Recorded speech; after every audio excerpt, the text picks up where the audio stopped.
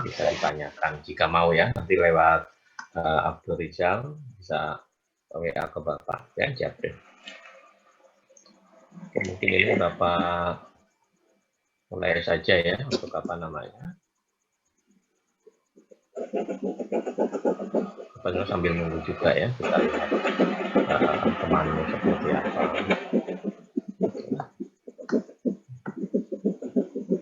Kita mulai saja ya. Di sini Bapak buka dulu salamnya. Assalamualaikum warahmatullahi wabarakatuh. Waalaikumsalam warahmatullahi wabarakatuh. Waalaikumsalam. Pagi, Pak. Ya, selamat pagi ya, salam sejahtera. Terima kasih atas kehadirannya ya, antusiasnya untuk yang tepat waktu. Terima kasih atas kehadirannya di perkuliahan PBGL pertemuan ke-15 ya, pada ya di penghujung hampir ya penghujung Ramadan juga. Ya walaupun mungkin habis sahur ya, harusnya kalau jam segini sudah bangun ya. Ya semoga kita sehat selalu. Kemudian juga untuk yang tepat waktu itu jangan dikira nggak ada ribet ya. Bapak dari dulu pasti ada ribet ya untuk hal-hal yang seperti ini. Kalau yang daring mulai tahun lalu tetap Bapak hitung ya, karena dari proses absen itu kan lebih mudah ya secara komputerisasi ya, dari data Zoom, dari data malls itu semuanya ada jam-jamnya ya. Dia absen di mall jam berapa, itu juga biasanya Bapak untuk pertimbangan walaupun hanya sekian persen ya, tapi terutama pada nilai atensi ya, ada kan 10% itu sangat berpengaruh ya, seperti itu. Demikian juga untuk nilai yang lain, Bapak biasanya untuk proses pembobotan juga ya, seperti itu. Jadi ya jangan kuliah bukan hanya dengan Bapak ya, mungkin Bapak Ibu dosen yang lain juga Bapak harapkan bisa on time, karena hal-hal seperti itu sangat mempengaruhi penilaian ya secara afektif dan juga penilaian yang lain ya. Mungkin kalau sama Pak Dekan malah lebih keras ya, mungkin 15 menit atau 30 menit perkuliahan mungkin ya tidak diperkenankan untuk absen di mall, juga bisa ya sebenarnya, di setting itu bisa, tapi Bapak tidak ya, seperti itu. Makanya tinggal penilaian di Zoom saja yang terekam dengan baik, karena sudah Bapak sering bilang di sini adalah Zoom-nya berbayar, jadi bisa dengan semua fasilitas yang ada bisa kita gunakan ya. Jadi pertemuan terakhir adalah material handling ya, dari katanya material ya, jamak ya, SD, di penanganan material di sini ya. Kalau dari awal sebenarnya kan kita sudah belajar tahapan. Nah, yang dimaksud material handling di sini pada umumnya adalah dia pada penanganan konsentrat ya, maupun tiling di sini. Nah, kalau kita lihat secara proses ya, tentunya proses PBG itu pada dasarnya bersifat dua ya, berdasarkan kekeringan dari materialnya. Jadi kita ada proses basah maupun proses proses kering ya, seperti itu. Nah, tentunya kalau yang proses basah inilah yang memerlukan suatu penanganan lebih ya. Tentunya kita harus mengeringkan jika suatu konsumen itu atau proses pengirimannya itu dalam bentuk kering kan, seperti itu ya. Sedangkan kalau yang basah ya ini tadi ya, bisa juga dalam proses pengirimannya, transportasinya tadi dalam bentuk basah, yaitu dengan slurry handling. Nah, pada dasarnya sudah dari tahun 1940-an ya, di Amerika maupun Rusia mereka sudah melakukan suatu proses transportasi secara slurry ya, baik batu bara maupun mineral yang lain. Bahkan di Rusia itu tahun 1957 ya, dia sudah membuat suatu pipeline transportation for coal slurry pipeline itu. Jadi untuk batu bara ya, dari tambang batu bara yang sudah di crushing, kemudian dia proses pengirimannya dengan suatu jalur pipa ya, tentunya dengan bantuan pompa ya di sini ya, pompa isap tekan dan seterusnya, itu sejauh 257 km ya, dari tambang menuju ke PLTU. Itu sudah tahun 1957 57 yang Bapak baca. Mungkin pembangunannya bisa kurang dari itu ya, maksudnya lebih lagi ya, 1954-an itu sudah dilakukan suatu development. Nah itu, jadi kita tertinggal jauh sebenarnya ya di sini. Nah, jadi kalau yang kering ya tentunya penanganannya namanya dry solid handling ya, di sini padat kering ya, bukan hanya padat ya, tapi bisa juga yang lain brittle dan seterusnya, tergantung dari ukuran yang kita inginkan atau konsumen inginkan, kan seperti itu ya di sini. Nah, bila bahan galian hasil penambangan ditumpuk, maka sekelilingnya harus dilengkapi saluran penyaliran. Ini artinya itu tadi ya, suatu proses penanganan dari suatu dampak ya, dampak yang timbul ya kan dari penumpukan ini, penimbunan yang sering kita sebut sebagai stockpile ya, seperti itu. Ada juga beberapa menyebutnya stockyard ya, seperti itu. Itu biasanya hanya kebiasaan dari suatu literatur ya, atau orang Eropa ya senangnya menyebutnya stockyard ya, stockpile dan seterusnya. Nah itu dibedakan menjadi dua ya kan, secara umum adalah untuk yang raw, berarti di awal yang sering kita sebut juga sebagai raw material ya, bahan mentah, artinya dia adalah bahan yang masih asli dari tambang ya, seperti itu, belum kita olah atau kita reduksi. Nah, kemudian ada juga yang menyebutnya ROM ya, ROM ya, seperti itu. O-nya satu saja. Jadi run of mine. Ya, kalau kita terjemahkan ya tambang yang berlari ya, air larian tambang seperti itu. Itu artinya run of mine itu ya tadi ya, bahan tambang yang kita angkut dari apa namanya? Dari tambang menuju ke pengolahan, run of mine. Tapi ada juga yang mengatakan jadi tergantung konteksnya ya. Jadi kalau kita sebut raw of material juga ROM juga, nah, sama saja sebenarnya. Ya itu tadi. Hanya yang dimaksud run of mine ya biasanya langsung dibawa oleh suatu alat angkut ya umumnya dump truck, langsung menuju ke hopper dan seterusnya untuk diolah kan seperti itu, atau dipreparasi dan seterusnya. Nah sedangkan yang untuk stok tadi ya, penimbunan tadi, karena biasanya kita juga di dalam suatu pertambangan itu apa namanya terjadi suatu kecelakaan ya, baik yang ringan sampai berat, maka dalam suatu penanganan kecelakaan itu biasanya memerlukan suatu durasi waktu yang cukup lama ya, kalau yang berat. Tapi kalau ringan mungkin tidak. Nah dalam penanganan itu umumnya tambang itu biasanya di stop ya, jika sudah berat, ada yang kecelakaan ya, baik dia luka berat maupun sampai meninggal, maka tambang di stop. Nah untuk mengatasi penyetopan itu maka diperlukanlah suatu stockpile tadi ya, ibaratnya sebagai stok file untuk emergensi ya, seperti itu. Itu yang wajib kita lakukan. Jadi inilah fungsi dari suatu stockpile ya, di ROM tadinya dia ada ROM stockpile, maka nanti setelah kita olah ada lagi produk stockpile ya, seperti itu. Produk ya setelah kita reduksi ya, kita preparasi atau kita cuci, nah itu yang siap untuk kita jual ya, seperti itu. Nah kalau selari handling ya tentunya tadi ukuran yang sesuai, kemudian proses basah, kita tidak memerlukan suatu pengeringan. Nah kalau dry solid kemarin sudah ya kan, pengeringannya bisa dengan apa namanya difiltrasi ya, filter, thickening sampai dengan drying ya kan, ya seperti itu. Kemudian material sisa yang lain adalah limbah ya, atau tiling. Nah ini biasanya kita namakan suatu disposal ya kan. Nah ini tiling disposal.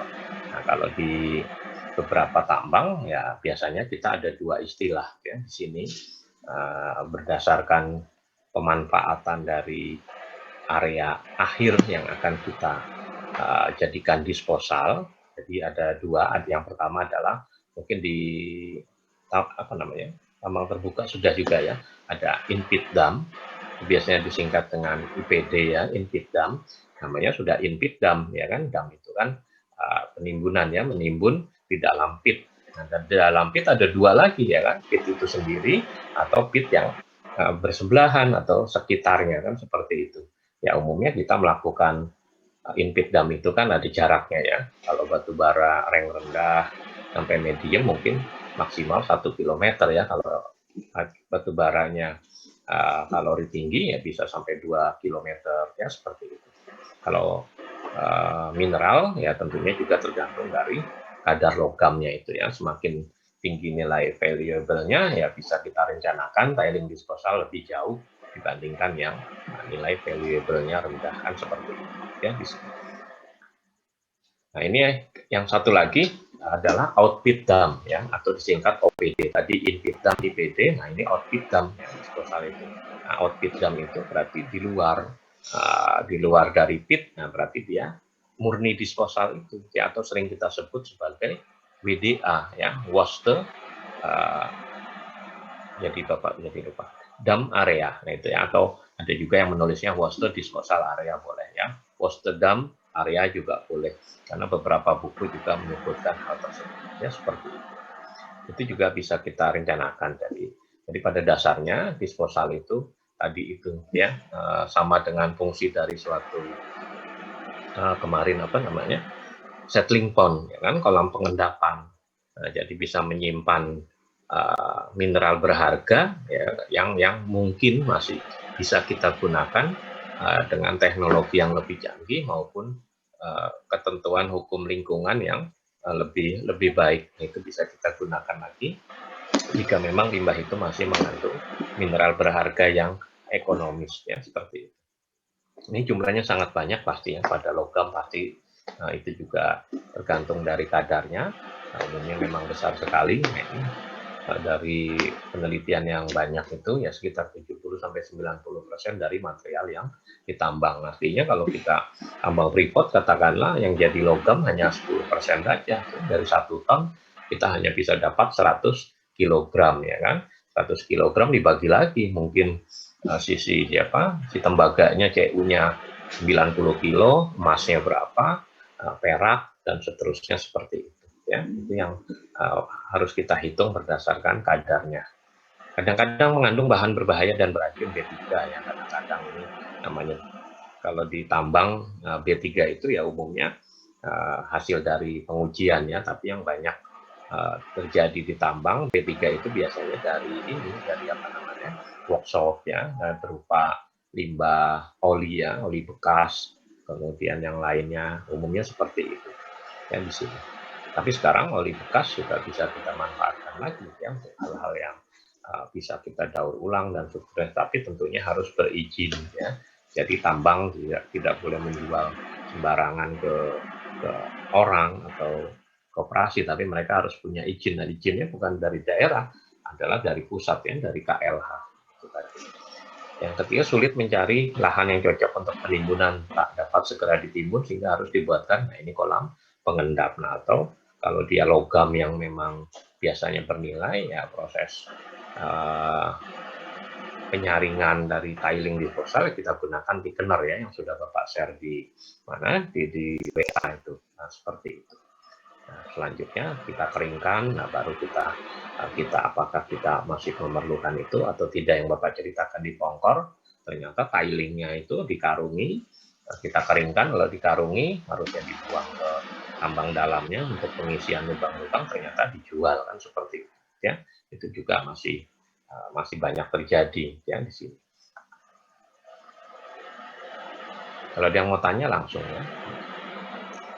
Nah, ini kan contoh dari yang awalnya, ini ada di mana? Ada di diktat Bapak yang bisa dicek di webnya sana. Nah, ini dari Galena PBS, yang lain juga kurang lebih sama dan seterusnya. Nah, ini kan penanganan material yang seperti ini yang harus kita sesuaikan dengan bahan galian awalnya, umpannya seperti apa.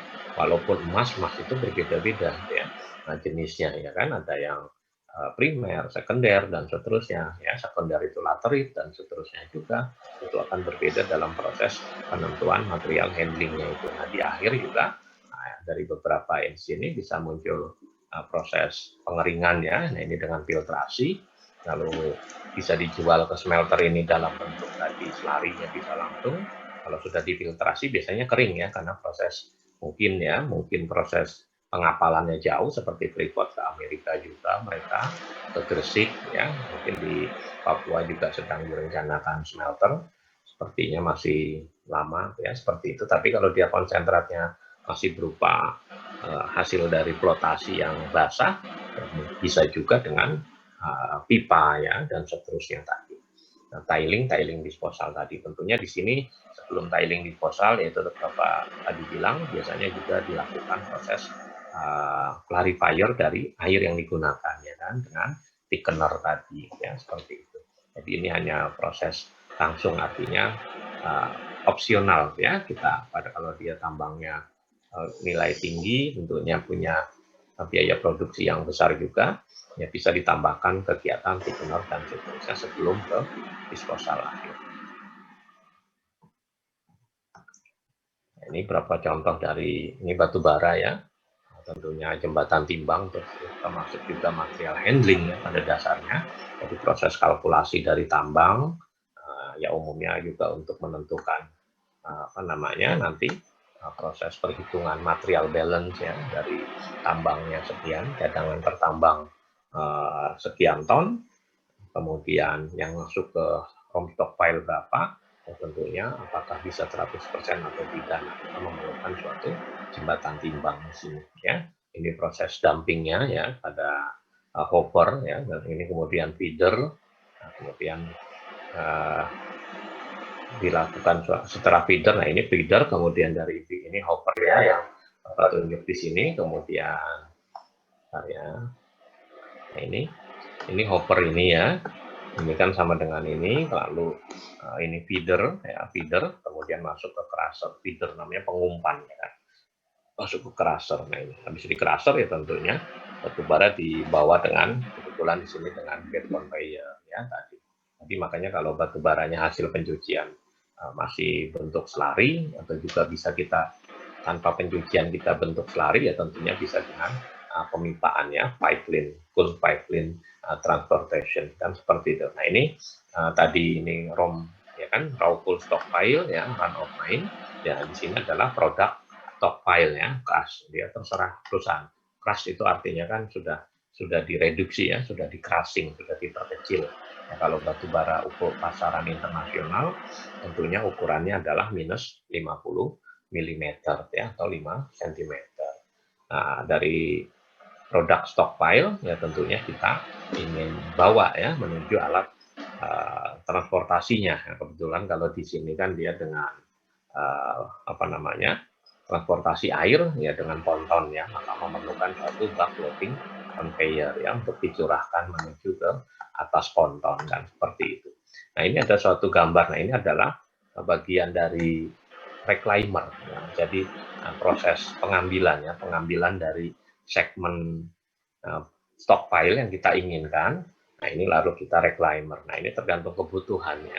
Jadi kalau kita punya beberapa kualitas ingin di blending ke ponton, nah ini bisa kita lakukan. Ini katakanlah kualitas A, nah ini reclaimernya ke sini ya. Ini biasanya dengan wheel loader ya didorong. Jadi di sini tuh nanti ada suatu ini ya ada conveyor di sini.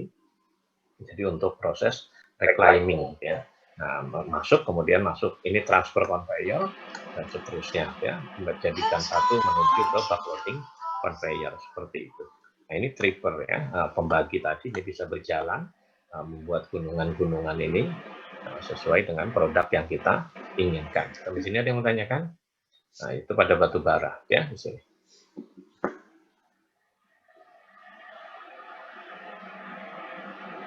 Hapusnya gimana kok hilang ya?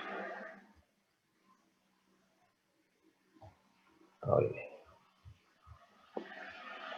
Mendadak kita lanjut.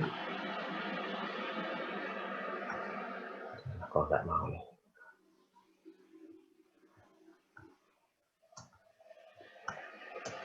Nah ini proses barging yang tadi yang Bapak tunjukkan, ya kan? Nah ini menuju ke pontonnya ya, yang di sini ya, bargingnya ke sini.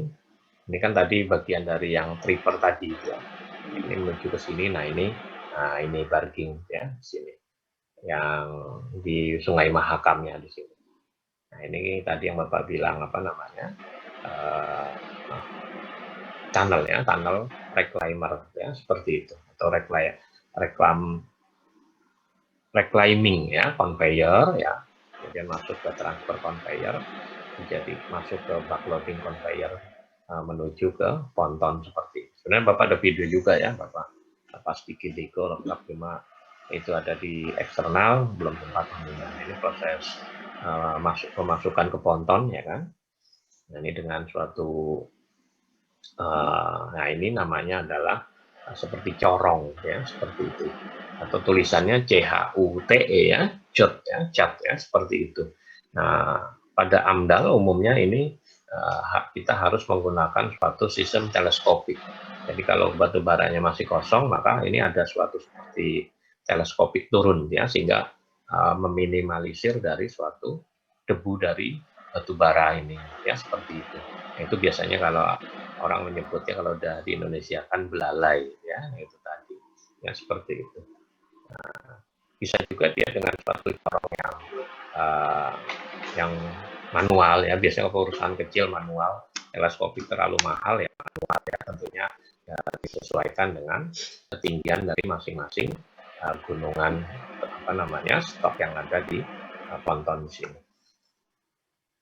Ini crushing plan-nya ya di sini.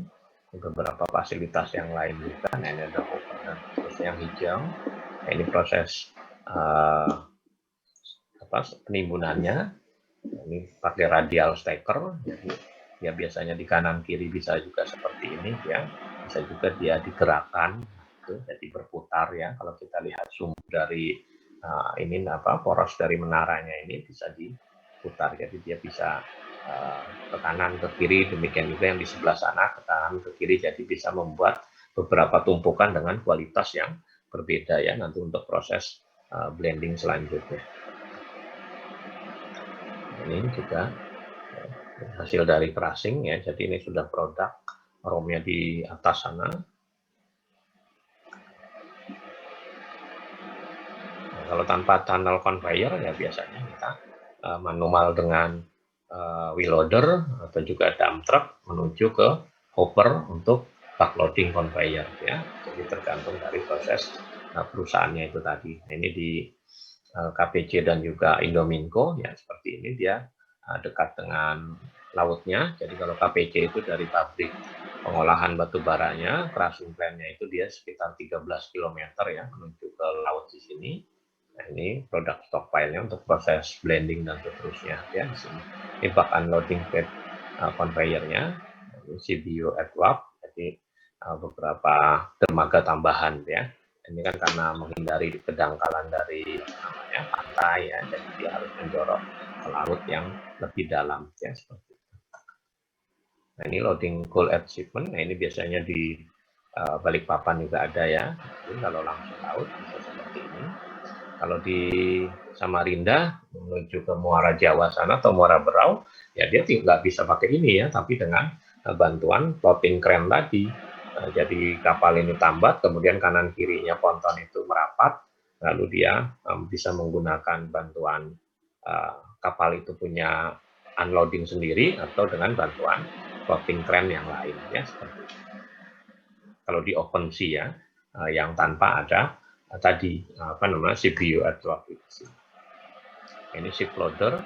Nah, ini juga di Balikpapan seperti ini ya. Jadi ada kapal yang punya sendiri, tapi ada juga yang tidak. Nah, ini floating crane loading dari ponton ya, dipindah ke kapal juga bisa ya dengan bantuan seperti ini. Itu ada juga macamnya ya, ada gearless, non gearless dan seterusnya. Nanti bisa dicek di internet ya, seperti itu. Ini yang Bapak buat ini sudah puluhan tahun juga ya. Ini ROM stockpile. Ini sebagai contoh 3 kali 10.000, artinya apa? Kita punya 3 tumpukan stockpile. Satu stockpile itu kapasitasnya 10.000 metric ton. Ya, seperti itu. Pak, boleh nggak kita pakai ton? Kalau kita tadi sudah pakai jembatan timbang, kita biasanya diperbolehkan menggunakan ton, ya seperti itu. Tapi kalau kita tidak punya jembatan timbang, maka biasanya kita pakai metric ton, ya seperti itu. Nah, karangnya harus sudah tahu ya apa bedanya ton dengan metric ton.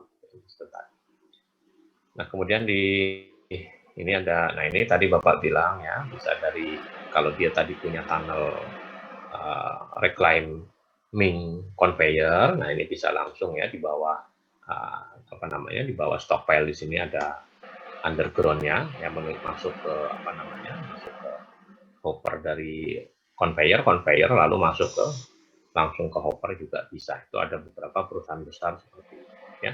Kemudian di sini pakai wheel loader juga bisa ya. Bisa pakai dump truck juga dan seterusnya. Itu bisa kita rencanakan. Ini hopper kapasitasnya 27 meter kubik ya. Nah, ini kemudian feedernya kapasitas 200 ton per hours ya, TPH per hours. Nah, ini crushernya 200 ton per hours juga sama ya per jam. Nah, seterusnya tapi ada vibrating screen-nya juga ya. Seterusnya ini tidak terlihat di sana. Nah, ini kemudian produk stockpile ya. Nah, ini produk stockpile-nya ya tadi tergantung kita ya, mau 2 kanan kiri atau 4 ya, sejajar dan seterusnya. Bisa nanti cari di internet banyak sekali ya, beberapa perusahaan berbeda-beda. Nah, ini kemudian ini ada tunnel yang tadi ya, yang fotonya tadi jelas. Nah, ini kalau digambar kita seperti ini, jadi dia masuk reclaiming ya, kemudian masuk ditransfer reclaiming conveyor, masuk ke transfer conveyor, sama menuju ke backloading conveyor. Nah, ini backloading conveyornya kita hitung ya berdasarkan kemampuan proses pengapalan dari jeti menuju ke laut tadi ya, berapa banyak ponton yang kita punya ya, kemudian fleet dari rotasi pulang perginya ya. Jadi kita hitung berapa ponton yang kita butuhkan ya, seperti itu. Nah, ini kebetulan dia kapasitasnya dihitung 400 ton per jam ya kita. Nah, kalau yang Bapak hitung di Jembayan ya dan seterusnya itu grupnya satu backloading conveyor bisa sampai 1000 sampai 1200 ton per jam. Jadi seperti itu, dia punya dua unit ya, seperti itu, karena beberapa iupnya kan juga lebih dari satu ya, seperti itu. Ini transportasi sungai tadi yang Bapak bilang ya, ini kita tanpa CBU ad hoc ya, jadi kita tidak seperti yang KPJ Indominco ya, memang langsung kapalnya bisa sandar di di dermaga jeti conveyornya tadi. Nah, ini bawa ke ponton, nah dia merapat seperti ini. Nah, ini tipe gear vessel ya, mother vesselnya. Nah, ini kapalnya punya sendiri alat ya, grab ke sini ya, grab unloading. Dia punya kapasitas tertentu. Semakin besar kapal, umumnya grabnya ini juga punya kapasitas yang besar ya. Nah, umumnya bisa Bapak lupa, pokoknya besar ya. Bisa sampai 1 hari 1 ponton itu berapa jam ya, seperti itu. Jadi tergantung dari bucketnya di sini. Nah, ini juga sepanjang kapal ya, kapalnya semakin panjang maka dia juga bisa ada beberapa ya, bisa sampai ada yang 4, 6 bahkan ya. Nah, kemudian kalau dengan bantuan floating crane, nah ini bisa seperti ini ya. Nah, ini non gearless seperti punya ABK juga ada ya, dan juga punya Bapak lupa nama kontraktornya ya, Britmindo ya, dan Britmindo juga ada. Itu ada kakak kelas kamu juga kemarin penelitian di sana juga ada ya, seperti itu di Britmindo. Jadi dia proses pengapalan dengan floating crane yang menggunakan beberapa teknologi baru. Ini contoh soal saja, ini sudah ya dulu ya, rocker dan cleaner. Metalurgi kita tidak pelajari ya, tapi nggak apa-apa sebentar saja. Nah, ini metalurgi mempelajari cara memperoleh logam. Jadi ini pada dasarnya bukan bagian dari PBG ya, tapi handlingnya suatu logam. Setelah kita dapatkan tadi konsentrat ya, yang masih bercampur antara unsur-unsur tembaga, emas, peraknya dan seterusnya masih bercampur dalam konsentrat, maka kita memerlukan suatu proses ekstraksi ya unsur tadi untuk dipisahkan. Jadi sudah menggunakan sifat fisik dan sifat kimia juga. Nah, jadi sudah memisahkan. Tapi kalau fisika saja kan kita di PBG ya, tapi kalau di metalurgi dan juga sudah memisahkan itu tadi ya sifat kimianya. Jadi AU dipisahkan dengan AG, dengan CU seperti itu. Dan ada 2, metalurgi ekstraktif ya, dan juga metalurgi basic dan ilmu bahan. Jadi nanti kalau mau S2 ke metalurgi, dilihat dulu ya, dia jurusannya apa. Ada metalurgi ekstraktif dengan basic. Nah, kalau yang di UI apa ya, yang di ITB apa, kemudian ada juga yang di Unjani itu juga bagus ya, itu apa, nah itu bisa dilihat dulu ya, jangan langsung pilih ini ya. Jadi yang kita minati yang mana. Ini ekstraktif, mempelajari cara pengambilan ekstraksi logamnya ya dari biji dan proses pemurniannya. Nah, ini biasanya di pabrik-pabrik apa namanya, besi baja ya, di Krakatau Steel di sana ya, di Pindad dan seterusnya juga bisa. Nah, tapi kalau metalurgi fisik sudah membuat ya kan, seperti itu. Sudah proses pencetakannya ya di Pindad juga berarti dia ada dua ya kan, ekstraktif dan juga pembuatan fisiknya. Nah, Bapak kurang tahu kalau yang ekstraktif di Pindad itu apakah dia pakai vendornya Krakatau Steel atau bukan, nah itu yang kita cari tahu ya, seperti itu.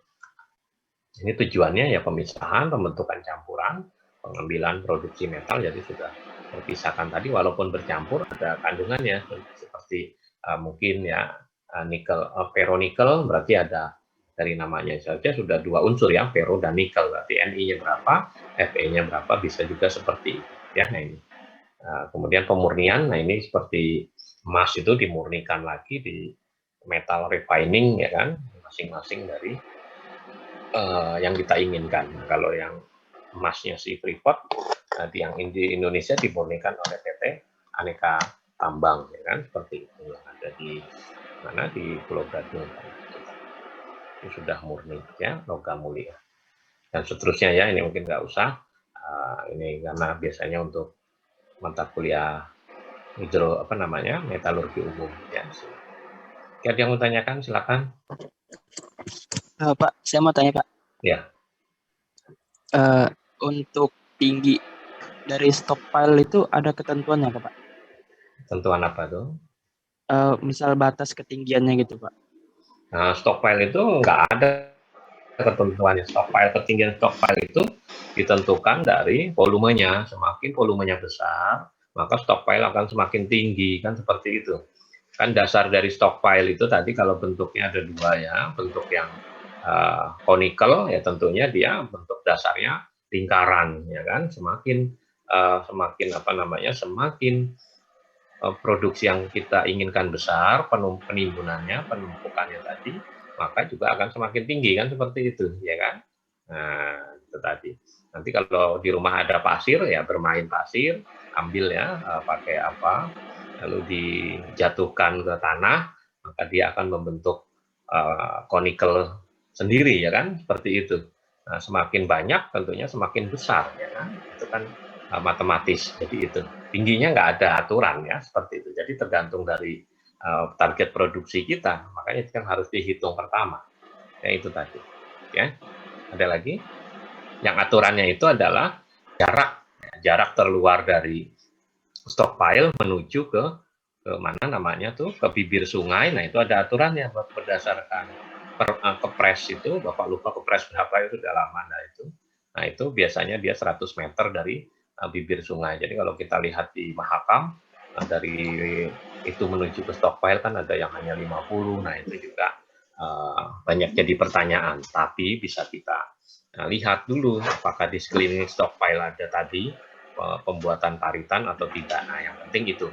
Jadi yang dikhawatirkan adalah air hujan atau air larian yang mengenai stockpile lalu membawa apa namanya, membawa ini total suspended solidnya itu dari bahan itu langsung ke sungai. Nah kalau dia dekat dengan sungai tapi kita buat paritannya berkelok-kelok ya, sama dengan yang prinsip zigzag Bapak kemarin, jadi 100 meter ya diperbolehkan seperti itu. Jadi kalau ketinggian stockpile tidak ya, tidak ditentukan. Itu ditentukan dari proses perhitungan target produksi kita. Ada lagi? Makasih Pak. Ya. Nah ini kalau suatu bagan alir dari PBG-nya ya menuju ke metalurgi, jadi secara material handlingnya, nah ini ROM tadi, nah ini Bapak ambil yang raw of material, bisa juga run of mine ya, silakan saja tergantung konteksnya. PBG, nah ini tentunya PBG kita tadi ya ada preparasi dan seterusnya, kemudian proses konsentrasinya apa, nah menghasilkan suatu konsentrat, nah ini kita pisahkan ya. Nah ini pada sifat fisik kimia, agregat, Nah, ini bisa ekstraksi dengan pirometalurgi, hidrometalurgi maupun elektrometalurgi. Logam kasar lalu kita murnikan lagi, refining ya seperti itu. Ini juga sudah proses smelter ya. Tinggal smelternya itu seperti apa ya. Apakah kita hanya menghasilkan logam kasar tadi ya, contohnya ferronikel ya, tembaga, CUFE dan seterusnya.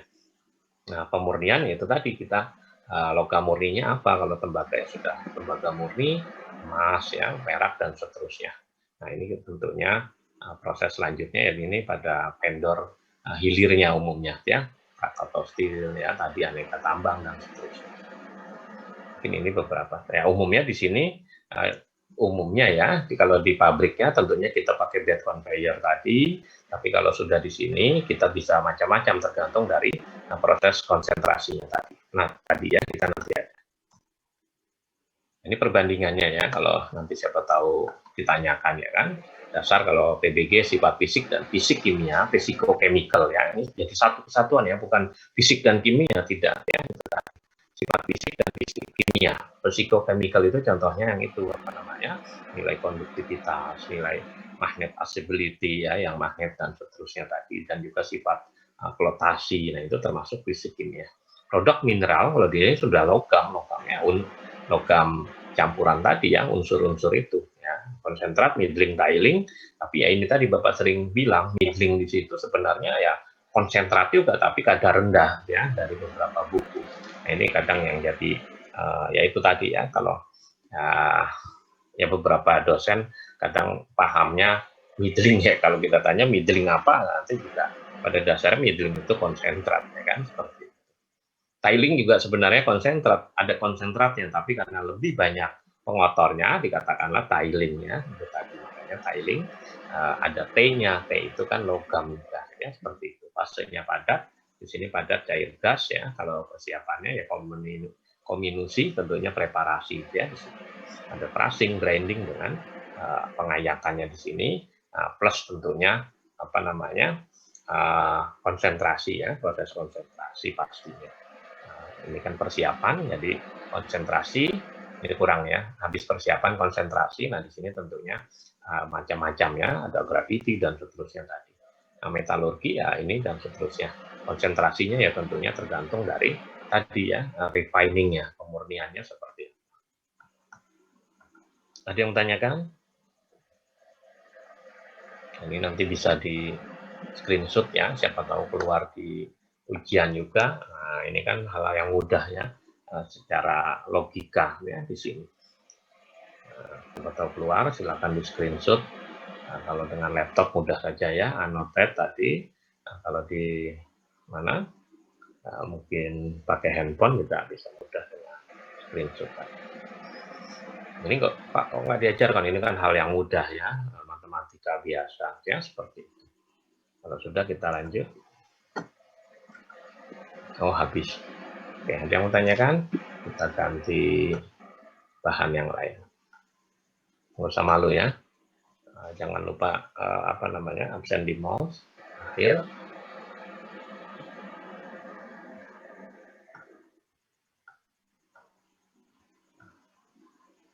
Ini sekarang kita pakai ya, kita pakai handbook. Ini kita menuju ke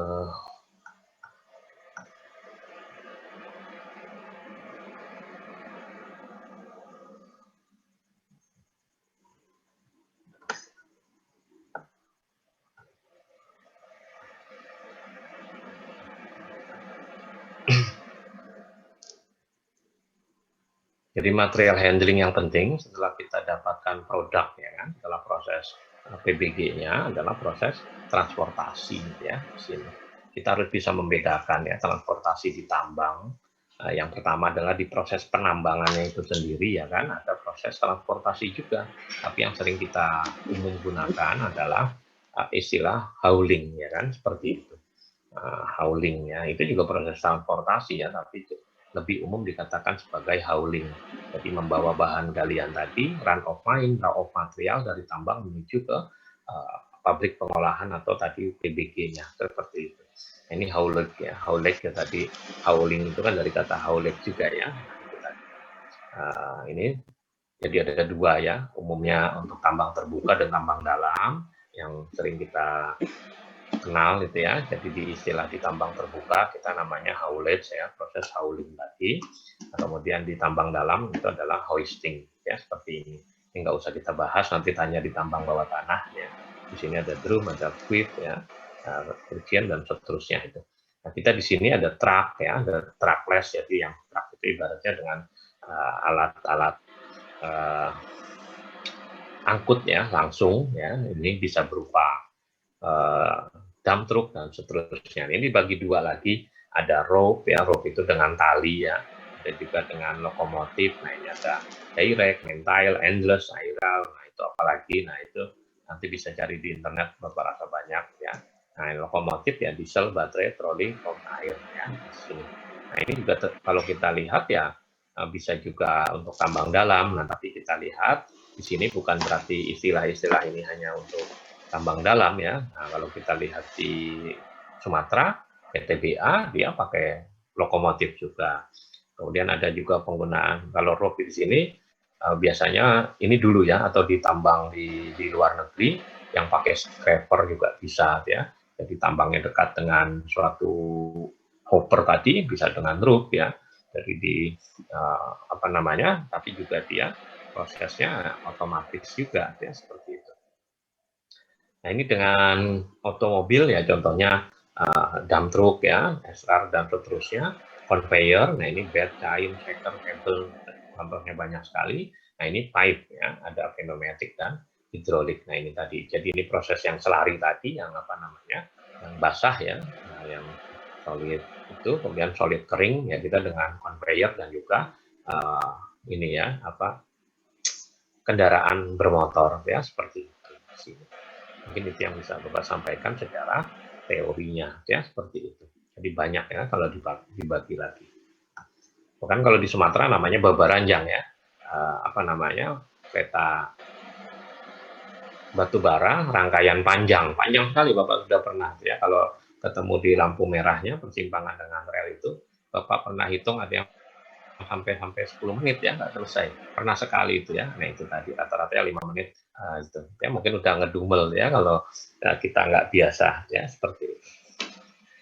Kemudian untuk yang continuous ya, sistem continuous, nah ini ya maupun semi continuous, ada conveyor yang tadi sudah dibagi lagi, ada bed conveyor, chain conveyor, shaker conveyor, cable bed conveyor ya.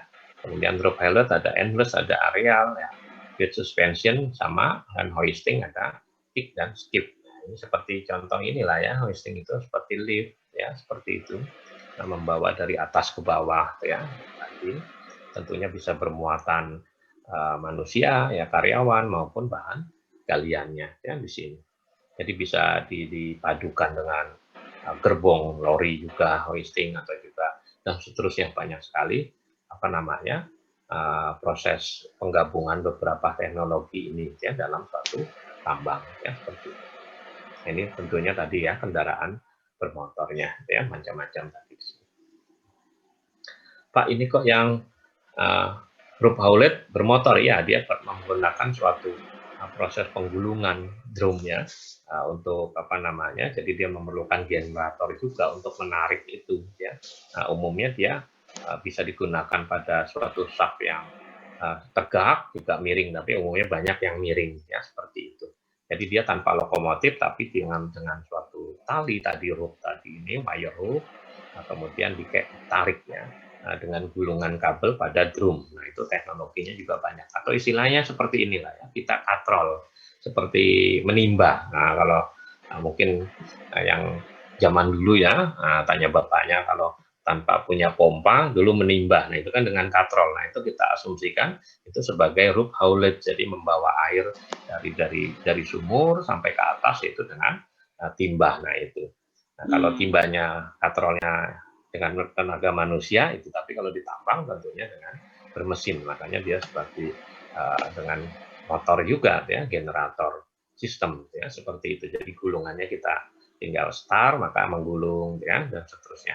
Nah, kalau dia terowongannya bertemu, nah itu bisa kita jadikan saling berhubungan ya, terowongan atas dengan bawah, atau dia dua kali proses hauling ya, haulage ya. Nah, jadi dia nanti pas turun, tentunya dia dengan gaya gravitasi ya, dengan turun dengan sendirinya menuju ke stop atau lombongnya ya, seperti itu.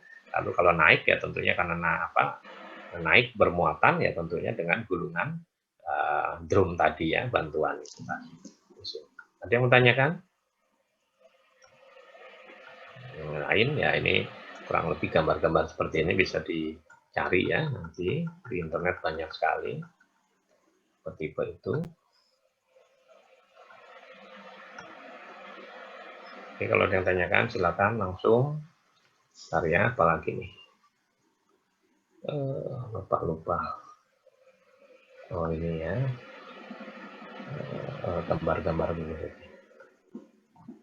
Nah ini juga suatu rangkaian material handling ya, dari feeder tadi, kemudian proses kombinasi ya, mungkin bisa dengan tambahan juga grinding ya, ini kebetulan tidak ada, ini kemudian ayakan ya, kemudian masuk stockpile. Nah di sini kemudian ini stockpile utama produknya, nah ini conveyor pakai masih tetap ya, nah, ini underground tunnel reclaiming ya, conveyor, kemudian masuk ke transport conveyor, atau tadi backloading conveyor juga bisa ya, seperti itu. Gitu. Jadi ada istilah reclaimer ya, tentunya itu biasanya mengambil suatu bahan galian atau yang sudah kita olah menuju ke transfer selanjutnya. Nah, transfer selanjutnya itu bisa kita sebut transfer conveyor ya, atau juga langsung tadi backloading conveyor. Jadi tergantung dari yang dituju tadi. Nah, ini masuk ke silo ya kan, kemudian diayak lagi menjadi 3 ukuran. Nah, ini masuk ke silo kembali. Ini hopper, silo hopper ya, atau juga dengan feedernya. Nah, ini silo. Nah, ini ada rangkaian kereta ya, bisa juga dump truck dan seterusnya. Nah, di Diki-Deko Jaya Agung itu batubara juga dengan silo seperti ini ya. Nah, dump trucknya tinggal ke bawah, nanti terisi penuh, lalu berangkat menuju ke Tanah Merah Coal Terminal ya, seperti itu. Ini otomatisasi ya. Ini yang itu ya, yang apa namanya, nah, ini secara hip ya, bergerak. Nah ini ada proses dumpingnya juga ya di sini. Nah, ini masuk ke hopper ya kan, dumping dari dump truck atau juga wheel loader masuk ke hopper, kemudian ke feeder ya, ada feedernya, kemudian di sini ada crushernya dan seterusnya. Di sini masuk ke hopper dari alat yang kedua ya. Di sini bisa ini primary crushing, di sini secondary crushing, di sini adalah proses screeningnya. Ini kalau kita lihat, jadi dia ada beberapa produk ya. Ini ada juga produk ke sini ya, hilang nih. Jadi dia produk stockpile-nya ada 3, 1, 2, 3 ya, seperti itu. Nah ini yang oversize masuk lagi ke ini juga bisa ya, atau ini produk dari yang pertama ini langsung juga menjadi produk. Ini bisa juga kita padukan lagi dengan beberapa proses apa namanya close circuit ya, atau juga kalau perlu yang halus ya tentunya kita tambah sirkuit dari grinding ya.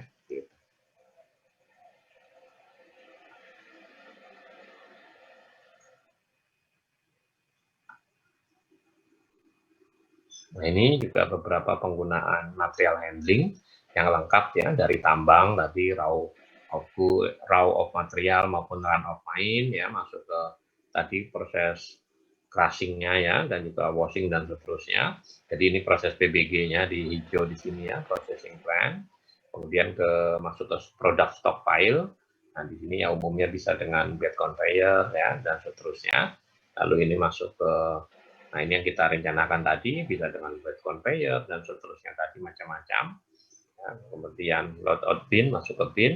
Nah ini tentunya di sini dengan lorry tadi ya, atau bisa juga dengan dump truck seperti di Diki-Deko dan seterusnya.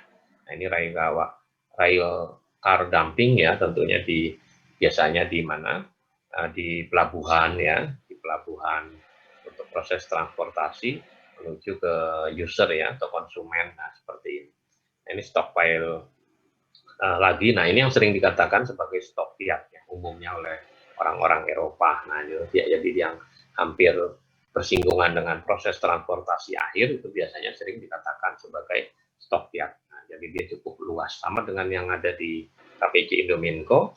Nah, boleh saja dikatakan sebagai stok fiat ya, karena dia sudah punya punya dermaga sendiri yang langsung berhubungan dengan open sea ya, dengan laut lepas itu tadi. Nah, ini reclaiming bisa dengan, nah ini kalau contoh dari gambar di sini adalah bucket well excavator ya, BWE.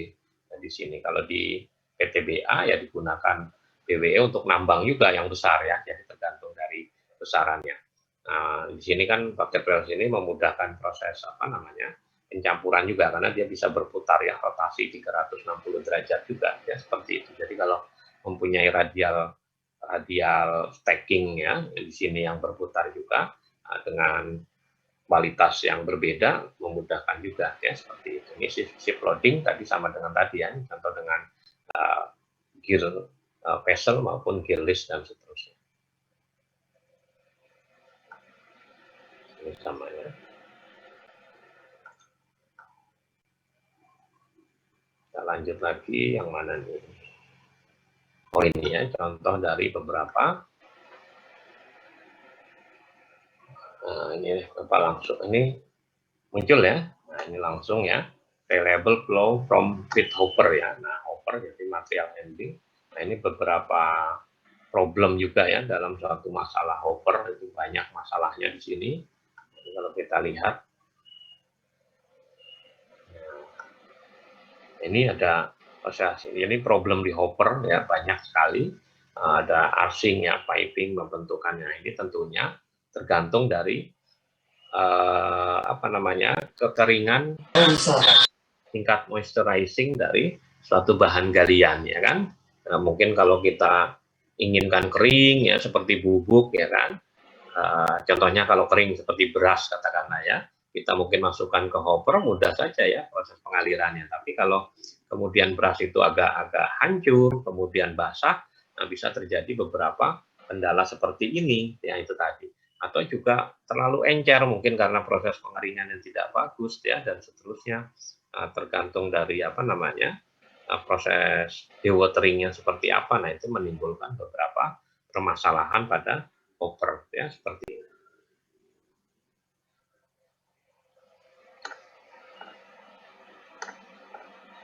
Ini gimana kembalinya nih Bapak, jadi bingung.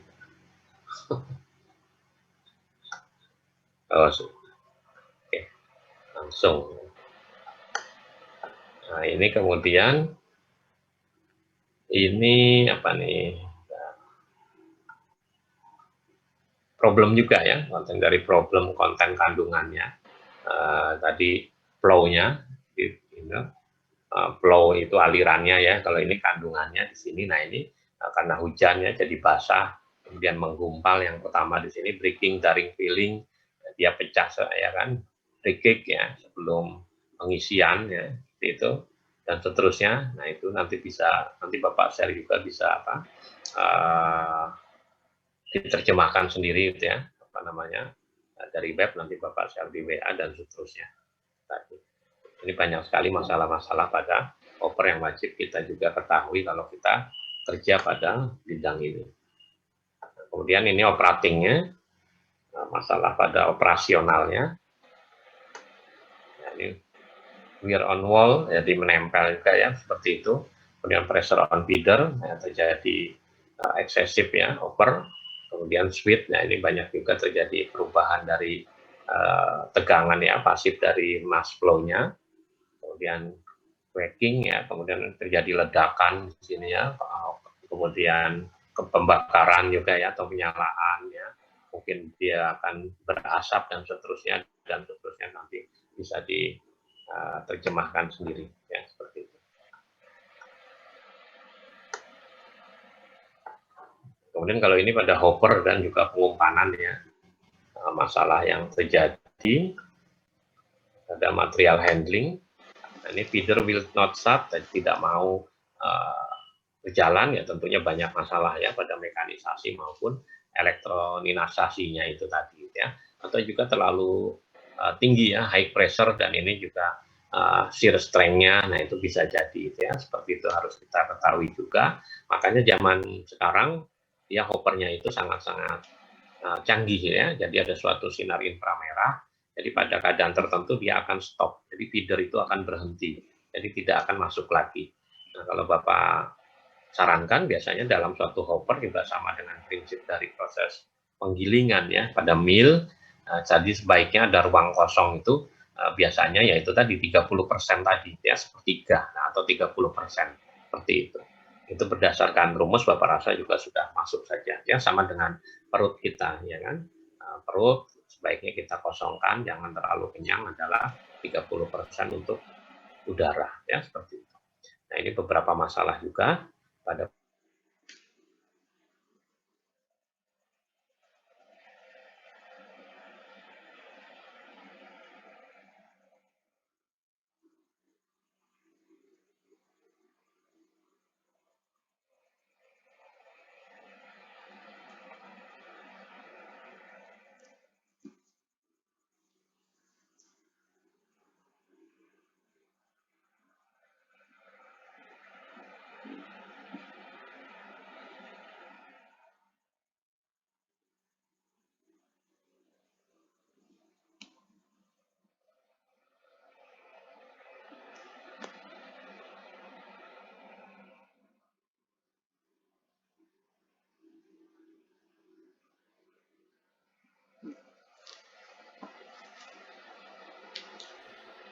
Bapaknya terkeluar kayaknya.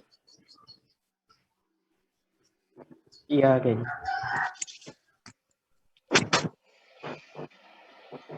Mandihan.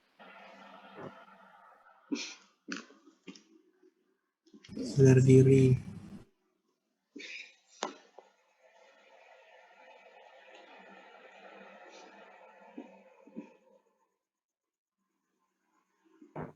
Mandi dulu Mukmin, baru bapaknya masuk.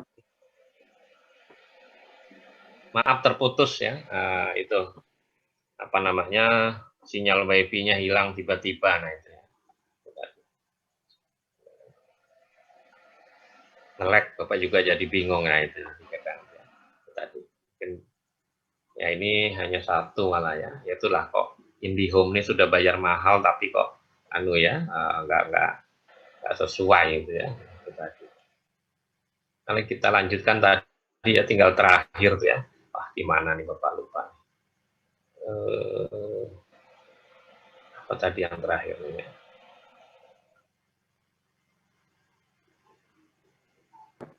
Sampai yang hooper tadi. Ya, yang terakhir ini. Itunya hilang tapi apa namanya? Linknya, bentar ya. Harus ditutup dulu dia, yaitu laptop Bapak ini. Minta diganti nih ya.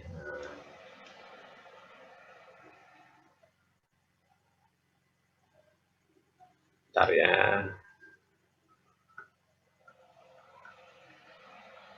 Ya, terlalu banyak buka juga enggak mau. Kalau ada yang mau ditanyakan silakan ya, langsung.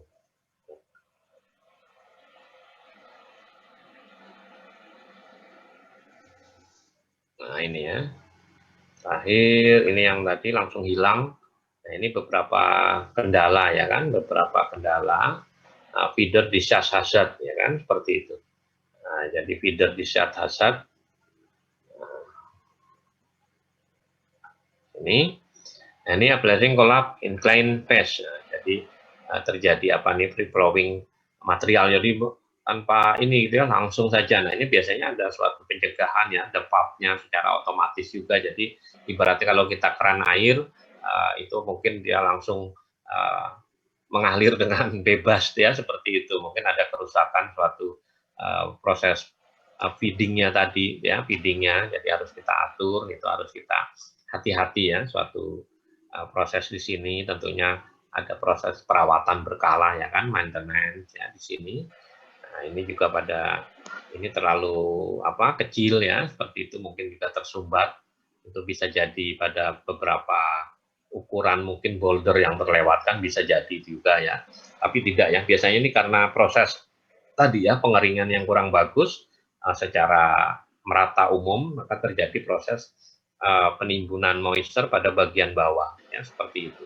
Jadi seperti penyumbatan ya. Kalau ini terlalu kencang, ini kurang besar, ini terlalu kecil juga ya dari aliran itu di sini ya di sini. Kemudian ini segregasi ya, yang discharge segregasi. Jadi ibaratnya kita juga harus paham fraksi ukuran ya kan, fraksi ukuran besar dengan kecil. Nah, ukuran yang paling bawah itu yang besar atau kecil. Nah, itu kita harus belajar di mekanika tanah ya. Jadi proses blending per ukuran juga penting agar terjadi proses apa namanya? Flow ya, flow discharge di sini lancar ya, seperti itu. Nah, ini juga terkonsentrasi ya di sini juga ini agak kurang bagus alirannya dan seterusnya. Ini over trickle itu ya mungkin terlalu apa nih ya, di akhir juga ya. Jadi pada dasarnya pada aliran itu ya di sini dan seterusnya. Nanti bisa baca di mana di itu ya, nanti Bapak share itunya, linknya bisa dibaca.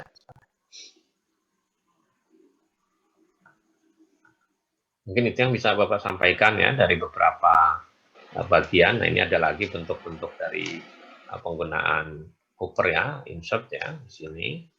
Nah, ini hopper juga bentuknya macam-macam tergantung dari kebutuhan ya. Tadi sudah Bapak sampaikan di batu bara ya kan.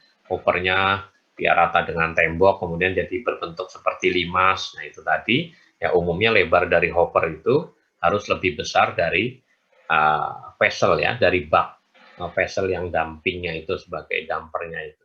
Ya, umumnya 1,5 kali dari lebar apa namanya bak dump truck itu. Jadi kalau dump truck itu paling besar berapa, lebarnya baknya berapa, itu harus kita tahu ya kan. Katakanlah 2 meter, maka hopper kita paling tidak minimal 3 meter kan, seperti itu ya. 1,5 kalinya di sini. Jadi agar material itu tidak berceceran ke kanan ke kiri, kalau dia lebih lebar lagi lebih bagus lagi kan, seperti itu prinsipnya ya di sini.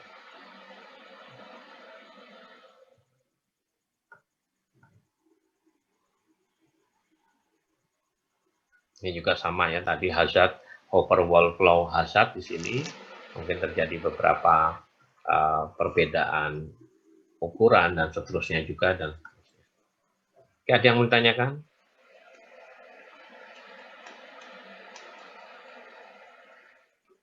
Jadi kemarin itu kan ada yang skripsi batu bara ya, dengan apa namanya, dengan proses transportasi, dengan perpipaan ya, dengan pompa.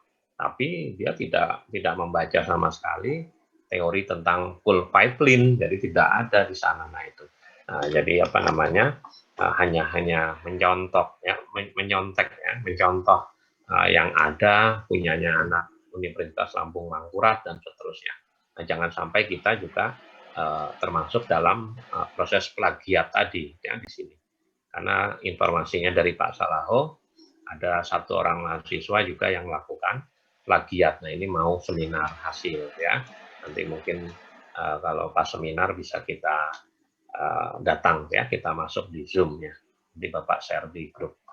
Nah, itu sangat-sangat tidak terpuji ya. Makanya Bapak sering mengajarkan kalau membuat suatu laporan, paling tidak kita edit ya. Yang pertama edit bisa prosesnya, kedua target produksinya, kemudian selanjutnya apa biasanya lokasinya ya, itu tadi kita sesuaikan. Kita misalnya ada peta, dia lokasinya di mana, di Balikpapan, ya kita jangan terus ikutan Balikpapan ya, kita pakai Samarinda kan, seperti itu. Di sana targetnya 500, kita 1000 kan, seperti itu ya. Hal-hal seperti itu yang bisa menjauhkan dari proses plagiat. Nah, itu kan inspirasi ya, seperti itu. Kalau plagiat itu mungkin sekitar 80% sama ya, itu yang kita hindari di sini. Bahkan ada juga ya karya tulis ilmiah kakak kelas kamu itu, Bapak lupa sepertinya angkatan 2015 atau 14 ya. Untung Bapak seleksi, jadi belum sampai masuk ke nasional. Kalau itu kan malu juga ya, sama persis ya dari angkanya, nggak mungkin. Dalam hal komanya juga sama kan, seperti itu. Hal-hal seperti itu yang wajib kita pelajari ya di sini.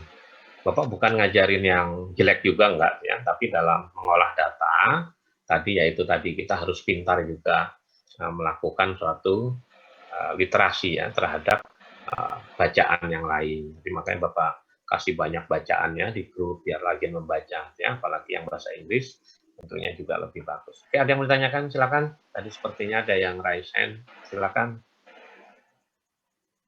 Mahasiswanya juga cuma 40 ya, padahal seluruhnya 60 ya. Oke, silakan kalau ada yang mau ditanyakan.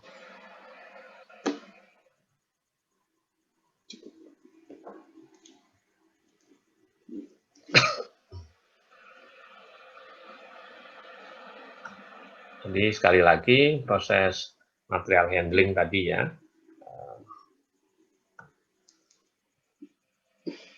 Ini kita pakai untuk 3 penanganan material ya. Dry solid ya tentunya kita bisa di raw materialnya ya kan, bisa juga di ROM-nya, kemudian bisa di produknya, transportation-nya seperti itu, atau juga paduan keduanya. Slurry handling juga di awal ada ya, seperti apa timah yang ada di Pulau Bangka itu kan ada 2 juga ya, ada yang endapan di bawah apa namanya air ya, seperti di pantai, di laut, pasir laut juga, tentunya slurry handling di awal sudah ya kan, seperti itu. Mungkin malah akhirnya bukan slurry ya, tapi dia jadi dry solid handling. Nah, itu juga kan suatu campuran ya, mix seperti itu. Kemudian pasir juga ya, pasir besi yang ada di pantai juga kan prinsip dari slurry handling ya kan. Kita pakai tambang semprot dengan monitor, lalu kita kumpulkan dalam suatu kolam ya kan. Lalu kolam itu kita aduk ibaratnya biar terjadi proses homogenisasi. Nah, itu lalu kita sedot ya kan, itu kan slurry juga ya. Lalu kita proses magnetic separator, ya tentunya sudah kering. Nah, itu juga suatu gabungan ya, seperti itu. Kemudian juga ada lagi slurry dari awal sampai akhir ya ada tadi ya, bisa juga seperti itu. Ya, itu juga tergantung dari yang akan kita transportasi ya kan, seperti itu. Nah, kemudian itu tadi yang Bapak bilang, ternyata di Amerika juga dari tahun 1947 mereka juga sudah slurry handling ya dari logam tembaga dan seterusnya ya. Bahkan dia sangat besar ya, dari pipanya itu bisa sampai 20 inch. Nah, itu tadi. 20 inch itu berapa tuh ya? Nah, itu cukup besar ya, 20 inch. 1 inch saja 2,5 cm ya kan? Kali 10, nah 50, nah itu ya, hampir sama dengan pipa PDAM lah ya, yang ada di jalan raya. Nah itu mereka bisa sampai 500, ada yang 1000 mil ya, bayangkan. 1000 mil dikali 1,6 berapa kilo, nah itu. Ya, itu di Amerika, kalau nggak salah Bapak baca sih di Nevada, ya seperti itu. Itu kemarin ada habis apa namanya minggu lalu ya, habis sidangnya sih itu ya, yang masalah batu bara slurry itu tadi ya, itu tadi. Nah, proses slurry handling itu ada 2 juga ya. Pada dasarnya pembentukan slurry itu ada 2, jadi dia bisa homogenisasi bercampur, kemudian ada juga dia menjadi suatu slurry yang padat. Jadi contohnya seperti kita proses seperti briquette. Nah itu. Jadi slurry-nya itu kita padatkan dulu ya menjadi seperti apa ya, maaf, seperti dodol ya, seperti lontong dengan ukuran tertentu. Nah, itu lalu dikirim. Nah, itu juga bisa seperti itu ya, itu tadi. Tapi dia dalam suatu cairan itu tadi ya, itu tadi. Jadi proses seperti kapsul lah ya, itu tadi. Itu juga bisa dilakukan. Nah, kemudian juga kalau kita pakai slurry, umumnya dia adalah persen solidnya 50%. Jadi airnya 50, material padatnya 50. Nah, itu biasanya sudah yang umum digunakan kalau Bapak baca dari beberapa literatur itu, jadi persen solidnya 50. Nah, itu yang kemarin sidang itu nggak tahu ya, jadi dia ya itu yang Bapak bilang, dia hanya baca dari satu jurnal yang dihasilkan oleh Unlam, langsung di cloning ibaratnya. Nah, itu tadi, walaupun bukan plagiat tapi dia melakukan suatu studi kualitasnya. Nah, Bapak rasa tapi dia kurang ini gitu ya, kurang literasi mencari oh saya akan membuat slurry handling, tapi tidak ada sama sekali handbook atau literatur referensi tentang full pipeline tadi, ya seperti itu. Nah, kita harus cari. Bapak rasa cari di internet langsung full pipeline nanti muncul. Ya, jangan cari yang bahasa Indonesia ya, cari yang bahasa Inggris itu tadi. Kalau bahasa Indonesia nggak ada ya, jarang itu tadi. Itu Bapak malas nulis ya. Bapak nggak ngejar pangkat soalnya itu. Sebenarnya sudah banyak tulisan ya, tinggal di apa namanya, tinggal disusun tapi malas sekali ya. Ada yang mau tanyakan? Bapak tuh nggak ngurus pangkat sudah 15 tahun ya.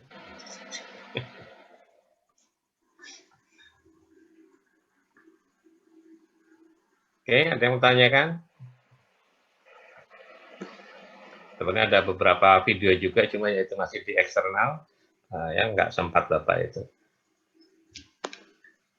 Kalau ada yang tanyakan silakan ya, masih ya 20 menit lah ya, 15 atau berapa itu. Jangan lupa absen di mouse ya, karena Bapak nggak ngurusi absen ya. Jadi di mouse itu langsung biasanya kita collecting lalu langsung kirim ke KPS ya, tadi ke Bu Revi ya. Gitu. Jadi jangan kalau nanti TBU atau apa, jangan berhubungan dengan Bapak ya, tapi dengan beliau itu atau dengan siapa, Mas Edison ya. Itu tadi contohnya mungkin sakit ya, harus ada surat dokter, silakan ke sana ya, dan seterusnya tadi. Ya. Yang bisa membantu ya dalam hal proses TBU tadi. Oke, ada yang tanyakan? Jadi intinya 3 itu tadi ya, untuk proses material handling, terutama pada bahan galian kita, bisa basah, bisa kering, dan seterusnya. Kemudian untuk tiling, tadi ada beberapa proses dam ya. Sebenarnya ada beberapa bentuk dam juga, tapi Bapak rasa di internet juga bisa kita cari ya. Ntar Bapak coba cari ya, lalu bisa di-share. Ntar di sini. Jadi contohnya di ini ya, apa namanya, tiling handling pada PLTU ya, pada PLTU contoh yang ada di Tanjung Batu. Nah, kalau PLTU maka dia menghasilkan 2 produk ya kan. Kita belajar pada industri hilir ya kan. Dia ada abu terbang ya kan, yang kita namakan fly ash ya kan, disingkat FA biasanya. Kemudian ada satu lagi bottom ash ya kan, atau BA. Nah, itu digabung jadi faba ya, seperti itu umumnya itu.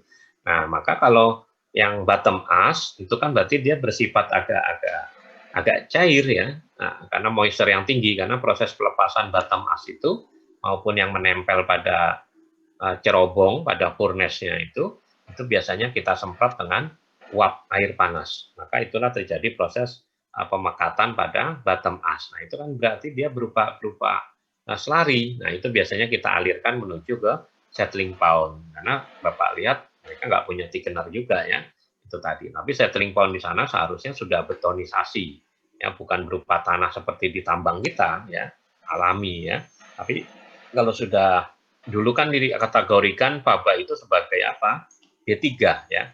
Sebagai limbah berbahaya beracun itu ya, bahan berbahaya beracun, tapi sekarang tidak. Tapi tetap saja ya, karena mencemari tanah ya tentunya harus kita kelola dengan baik yang bottom ash itu, karena berupa sludge ya, berupa slime tadi. Nah itu. Nah, kemudian kalau yang kering, fly ash, tentunya kering karena ditangkap oleh baghouse ya, atau elektrostatik precipitator. Nah itu tadi.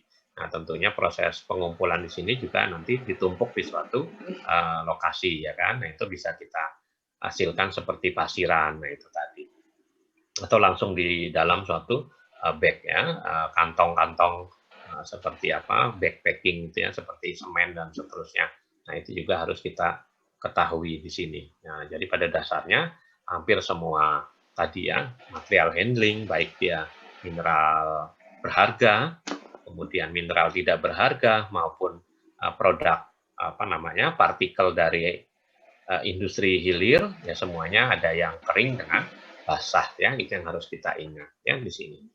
Nah, oke, kalau ada pertanyaan silakan.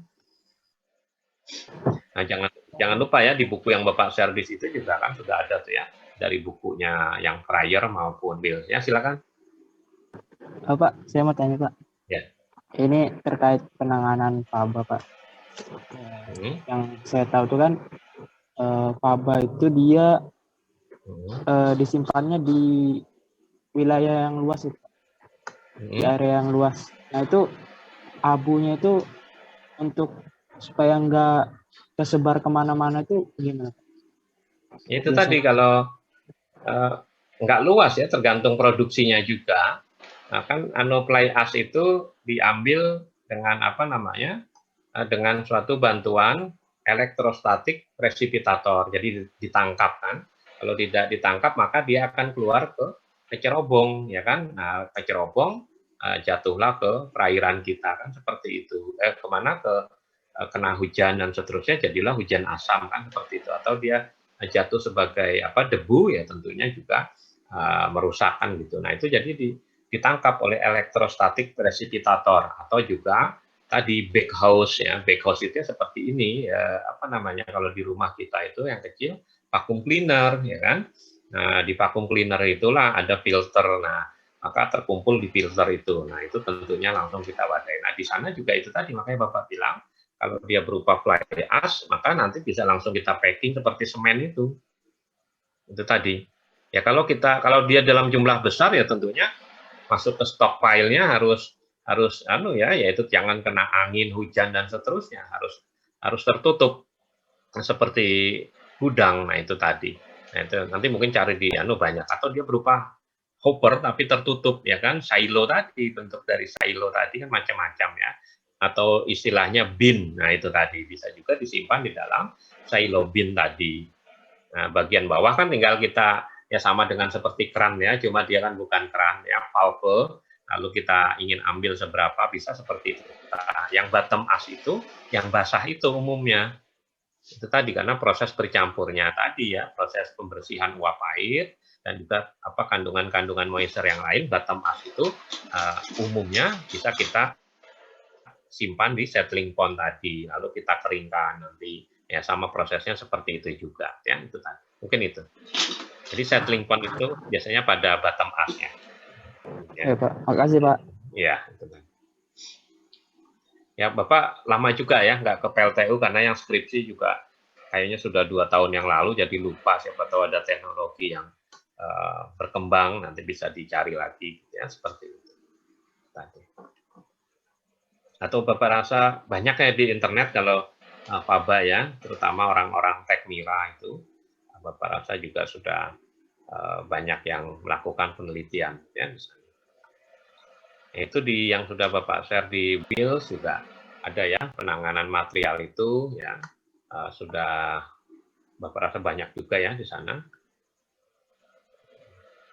Nah, ini contoh dari thickener ya kan, besar sekali. Ini juga sudah. Nah, ini dewatering ya. Nah, ini kan proses dewatering termasuk dalam proses material handling juga. Nah, ini dari thickener, overflow kan air ya kan, menghasilkan air yang relatif bersih dari partikel-partikel benda padat ya kan. Jadi ibaratnya sudah air bersih. Nah, ini bisa untuk proses selanjutnya atau kita buang menuju ke perairan umum, ke sungai itu tadi. Nah, stock tank, nah ini prinsip tadi yang Bapak bilang dari bottom as tadi, atau katakanlah ini settling pond juga boleh kan seperti itu ya. Nah, tapi kan ini untuk yang bukan tiling ya. Nah, ini katakanlah ini mineral berharganya. Tapi kita pakai prinsip pemrosesannya ya seperti itu. Ya, ini kan mineral berharga CU ya, tembaga ya kan, cuprum. Nah, ini dengan vertical pressure filter ya dan seterusnya. Ini untuk yang mineral berharganya.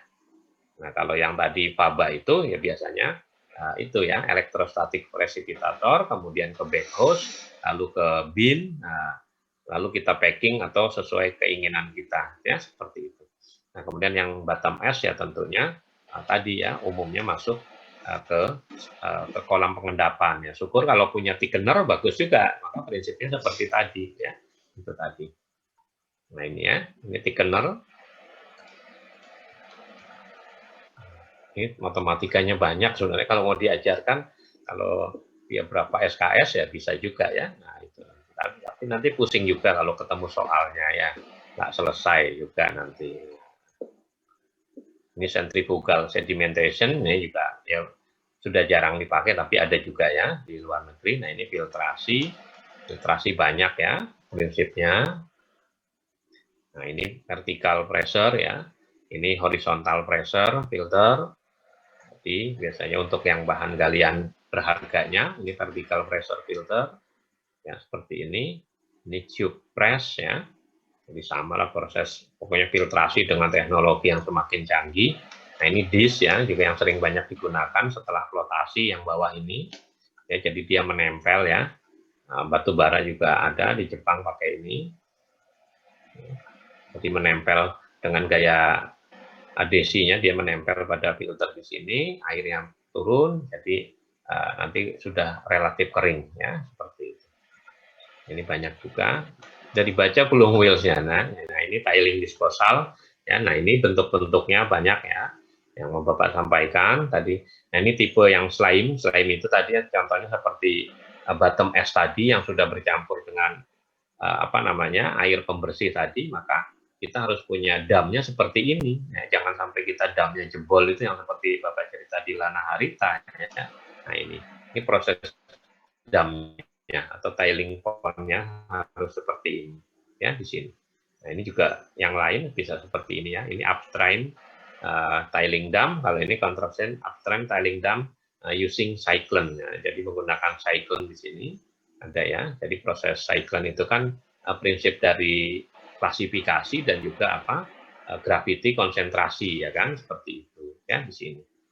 Jadi dia memisahkan antara sand, slime ya. Jadi di sini relatif slime-nya itu berdasarkan ukuran itu ya, dia ada slime sand-nya itu jadi memperkuat dari dinding dari suatu dam di sini ya kan, seperti itu. Nah, slime-nya relatif ke arah atas ya kan, di sini dari pond. Jadi ada perbedaan itu.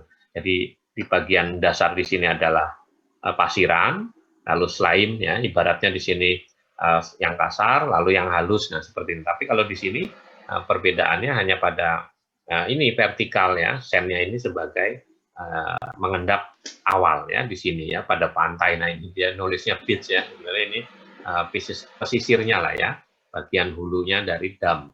Nah, slime-nya di sini. Jadi perbedaannya bisa kita lihat ya di sini. Sama-sama upstream ya. Nah, ini yang lain, ini downstream. Nah, ini downstream, maka perbedaannya kita bisa lihat ya, proses konveksi dari endapan yang kasar, sandnya seperti ini. Ini sudah ada ya di wheels itu. Nah, ini proses center line juga berbeda. Nah, itu ya. Jadi dalam mengelola tiling ya kita harus benar-benar, yang penting dia jangan sampai jebol kan, seperti itu ya. Tiling pondnya di sini, settling pondnya di sini ya, di sini. Nah itu banyak, ini contohnya banyak lagi ya, dam contraction dari upper burden. Nah ini juga bisa seperti ini. Ya, bisa juga dipadukan juga dengan encapsulation pada upper burden yang umumnya bersifat asam ya, seperti itu. Nah itu juga bisa kita lakukan ya, seperti pada KPC itu juga bagus ya, seperti itu. Jadi mineral mineral upper burden yang mengandung asam, batuan asam, baik biasa kelas 1, 2, 3 itu dan seterusnya, itu dikungkung ya dengan suatu batuan yang non asid ya, formation. Jadi yang tidak sehingga dia tidak akan keluar ya sebagai air asam tambang itu tadi ya, seperti itu. Nah, ini non pyritic rock ya. Nah, ini kemudian ini sifat-sifat yang lain bisa kita encapsulation, jadi kita selubungi ya dengan yang tidak asam itu tadi. Ini juga water gain and loss typical tiling dam. Ya, ini proses anunya ya, kita ingin menyalurkan overflow yang sudah relatif bersih. Nah, itu bisa dengan beberapa cara ya kan, seperti itu. Mudah saja biasanya dengan pemipaan ya. Nah, ini kalau kita lihat juga yang paling bawah ini ya. Kalau dia dengan thickener ya, yang Bapak bilang pada tiling tadi sama ya, underflow-nya masuk ke tiling dam ya, atau dia settling pond ya, itu bentuknya seperti apa dan seterusnya ya. Kemudian overflow, Nah, ini masuk ke mill itu maksudnya adalah untuk proses selanjutnya yang tadi ya, atau kita reuse ya, kita gunakan lagi untuk proses konsentrasi yang selanjutnya, kan seperti itu ya, karena air permukaan kan cukup mahal ya kalau kita ambil dari apa namanya, dari luar ya, biasanya ada retribusinya dari pemerintah daerah. Demikian juga air tanah. Ini water, ini masalah itu saja ya, overflow diambil dan seterusnya, itu kan setelah relatif gitu ya, ya jangan pada waktu hujan lah intinya. Sama ya, nanti kalau misalnya penelitian tentang air asam tambang, ya ambil juga waktu dia hujan sama waktu dia cerah. Jadi ada pembanding yang jelas ya, jangan hanya pada saat terang saja, pas hujan malah males keluar. Nah itu ya, hujan Pak, hujan deras nggak bisa ke lapangan, nah ya harus bisa bagaimanapun caranya. Itu juga bisa dicari ya, seperti itu. Jadi perbedaan itu. Nanti bisa dilihat lagi di Wheels ya di sini. Oke, ada yang mau ditanyakan? Ini kalau lainnya sudah matematis ya. Ini sudah hampir selesai juga ya.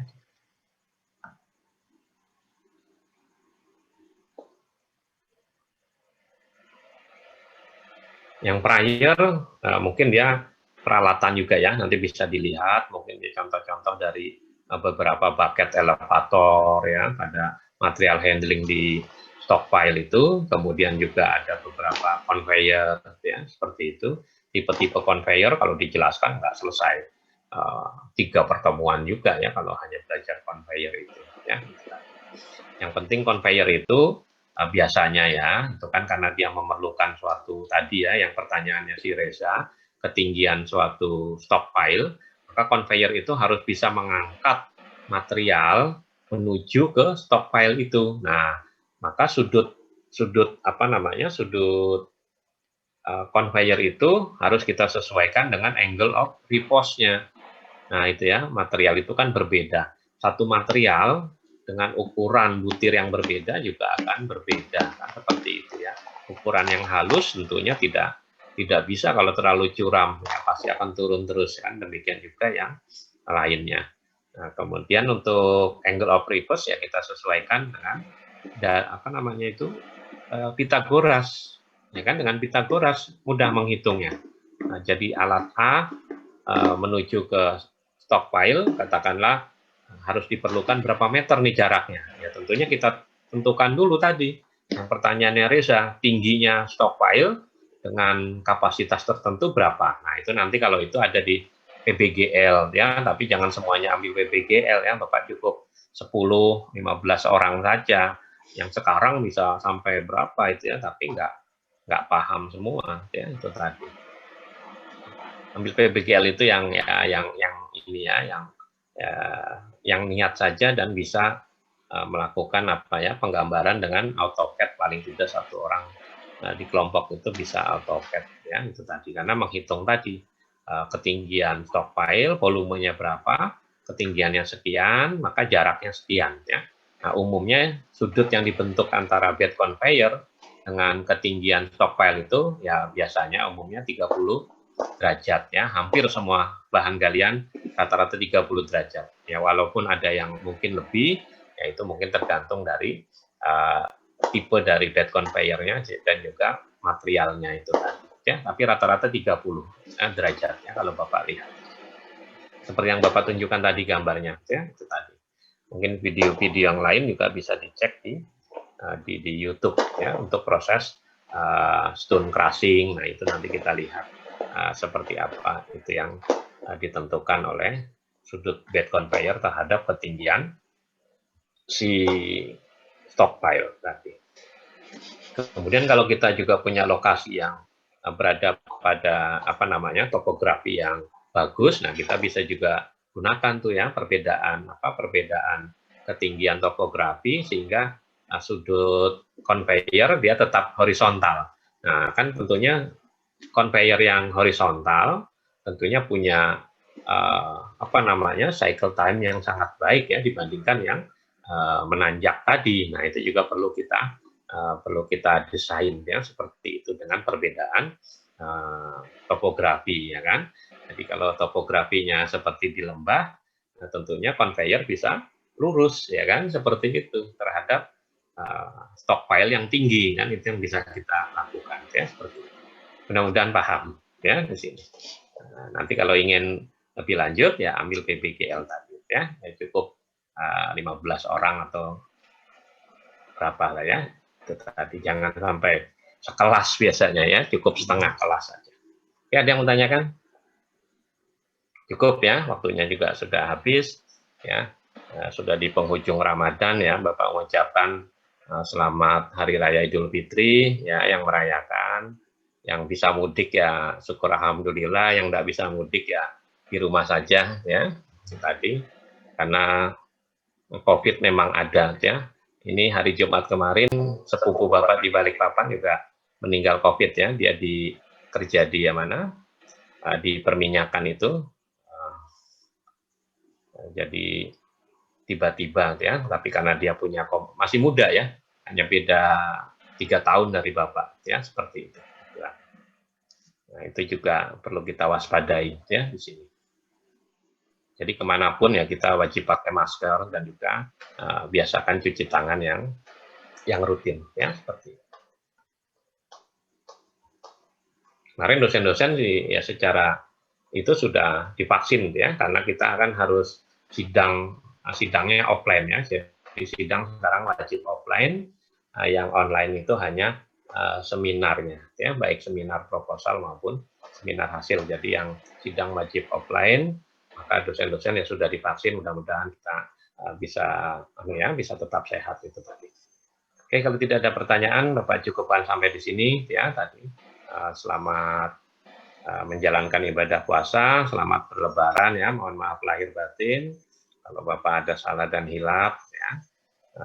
Terima kasih atas perhatiannya. Kita ketemu minggu depan atau ujian nanti kita di WA saja ya, kalau memang ingin ada pertemuan lagi, kalau enggak juga enggak ada masalah. Oke, sampai ketemu. Assalamualaikum warahmatullahi wabarakatuh. Waalaikumsalam warahmatullahi wabarakatuh. Terima kasih, Pak. Ya, sama-sama, sampai ketemu ya. Terima kasih, Pak. Terima kasih, Sehat-sehat Pak. Ya. Sehat.